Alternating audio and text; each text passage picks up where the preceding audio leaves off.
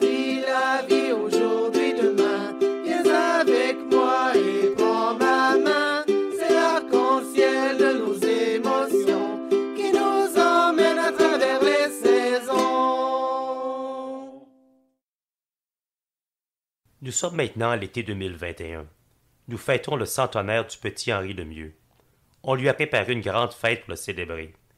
Les restrictions sanitaires sont levées, tout le monde est vacciné et les membres de la famille de M. Lemieux sont tous rassemblés à un endroit très particulier. Accompagné de sa préposée aux soins, Dominique, dans l'autobus adapté Handy Transit, il débarque devant un immeuble et on l'amène dans une salle que M. Lemieux semble reconnaître.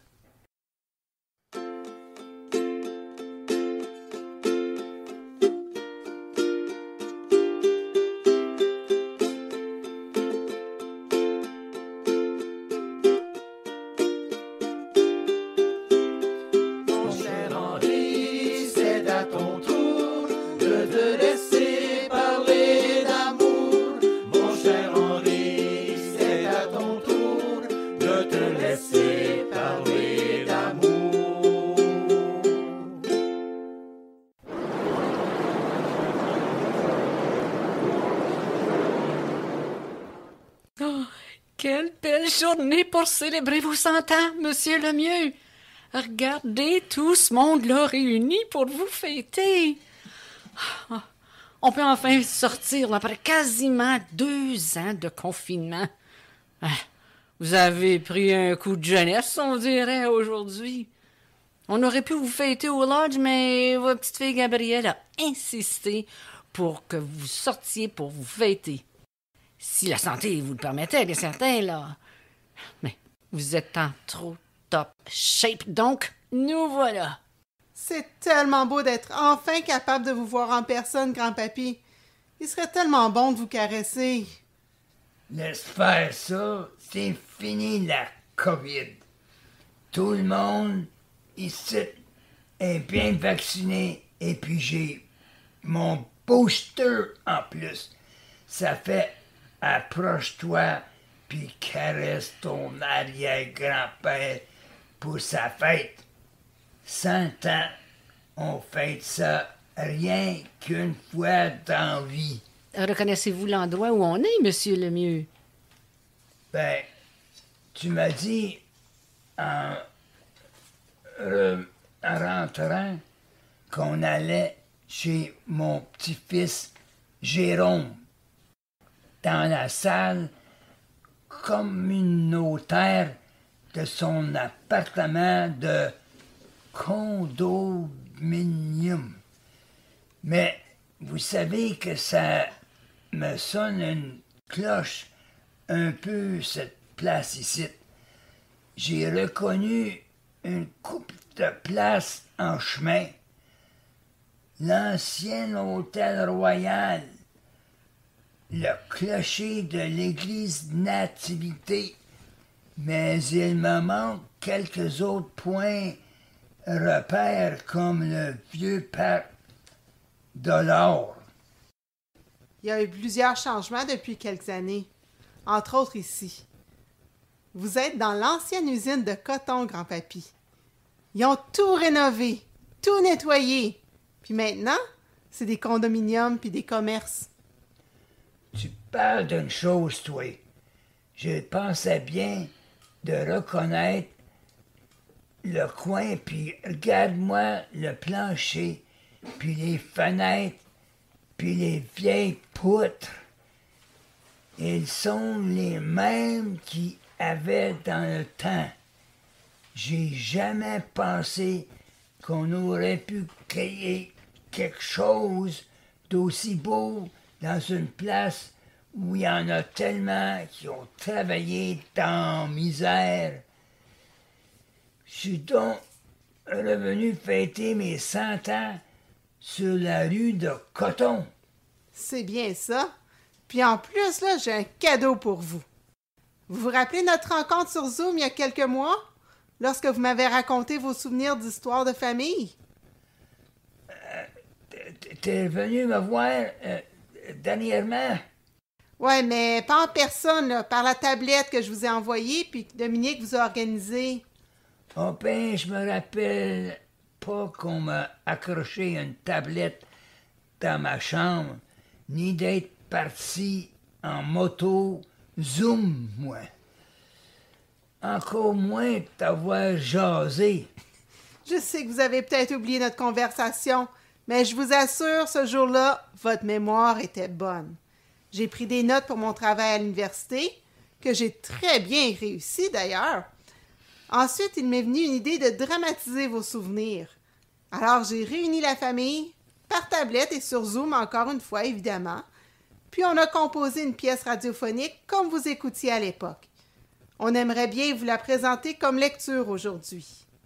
Avez-vous compris, Henri? Ils vont vous lire une pièce de théâtre qui raconte vos souvenirs, comme si c'était la radio.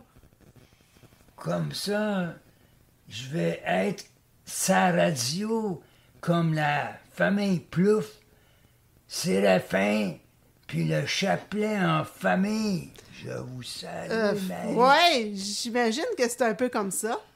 On va enregistrer notre lecture, puis vous allez être capable de l'écouter quand vous voudrez, aussi souvent que vous voulez. Ah, ben j'ai hâte de vous entendre me raconter mon histoire. Vite, avant que j'oublie où je suis. OK, à vos places tout le monde. Mon oncle Claude, placez-vous plus près du micro. Silence, cue, la narration. C'est parti. L'action se passe à Cornwall à l'été 1921, dans la cuisine chez Berthe et Wilfred, un couple venu d'Alfred il y a environ 7 ans pour travailler à l'usine de coton. On les retrouve dans leur cuisine, un midi, entourés des plus petits de leurs enfants, et Berthe est en train de lire à son mari des lettres de ses frères, Ernest et Armand, qui voudraient bien eux aussi venir travailler à Cornwall parce qu'il n'y a pas d'emploi chez eux. Allons donc retrouver Berthe et Wilfred dans leur cuisine.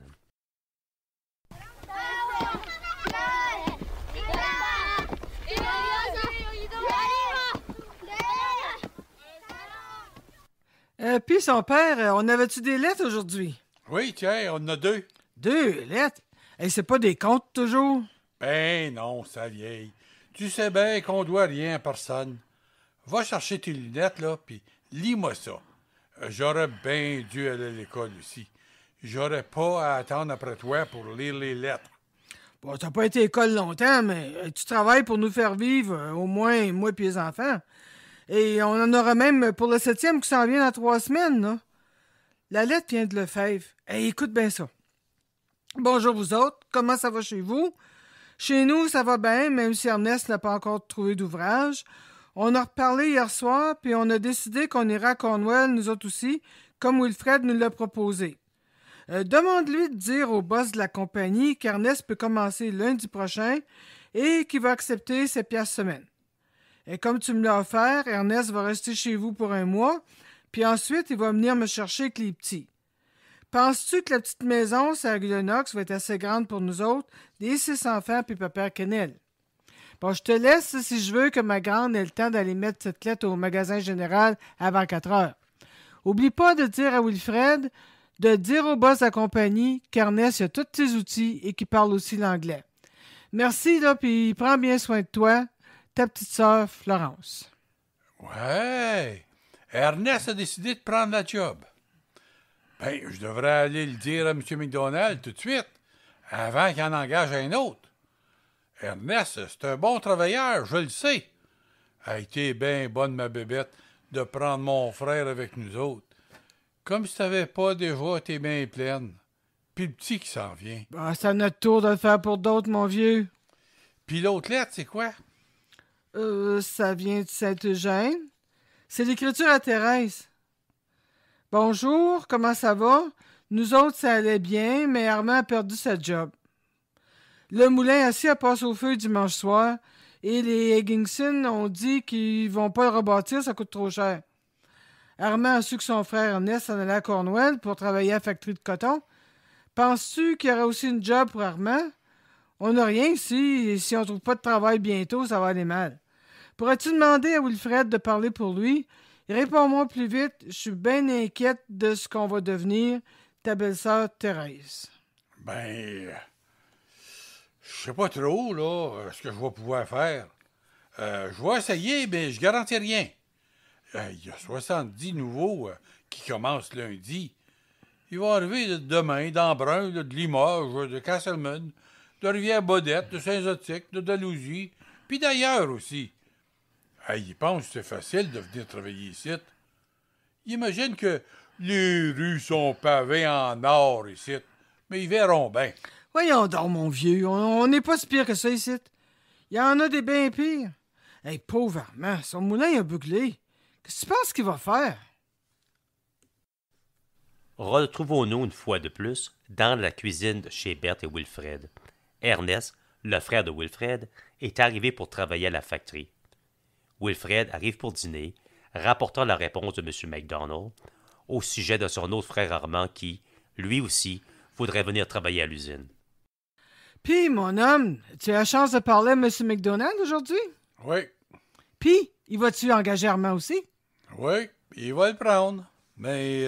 Il peut pas le prendre tout de suite? j'aimerais que ça soit aussi simple que ça, mais... Au contraire, il voudrait qu'il commence demain. Ben, comment ça, demain? D'habitude, tout le monde commence le lundi à factory.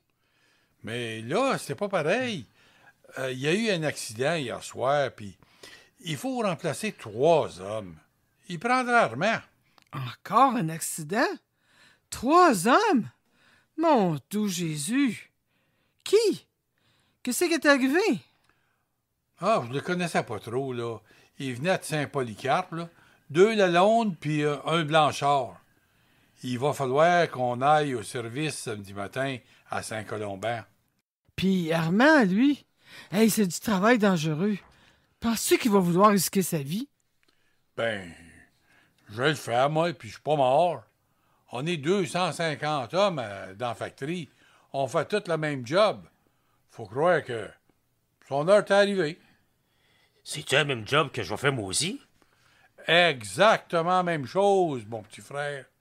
Puis, si t'as trop peur à ta peau, là, ben, t'es bien mieux de le dire tout de suite, pour pas que j'aie de l'air fou devant M. MacDonald.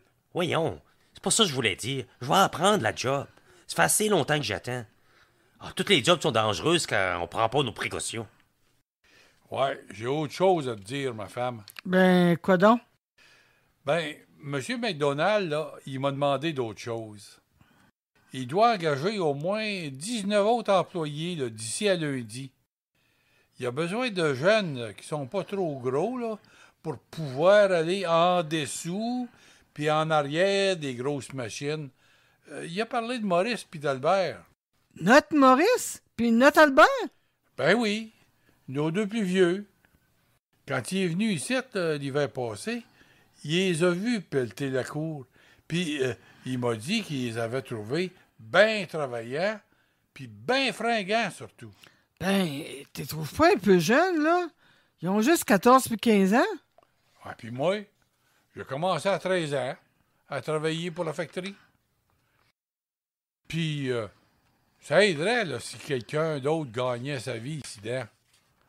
S'il refuse tout ça tout de suite, là, ça va devenir de plus en plus dur pour eux autres de se trouver une job. Puis les accidents? Je te l'ai dit. Ça, il faut pas trop y penser.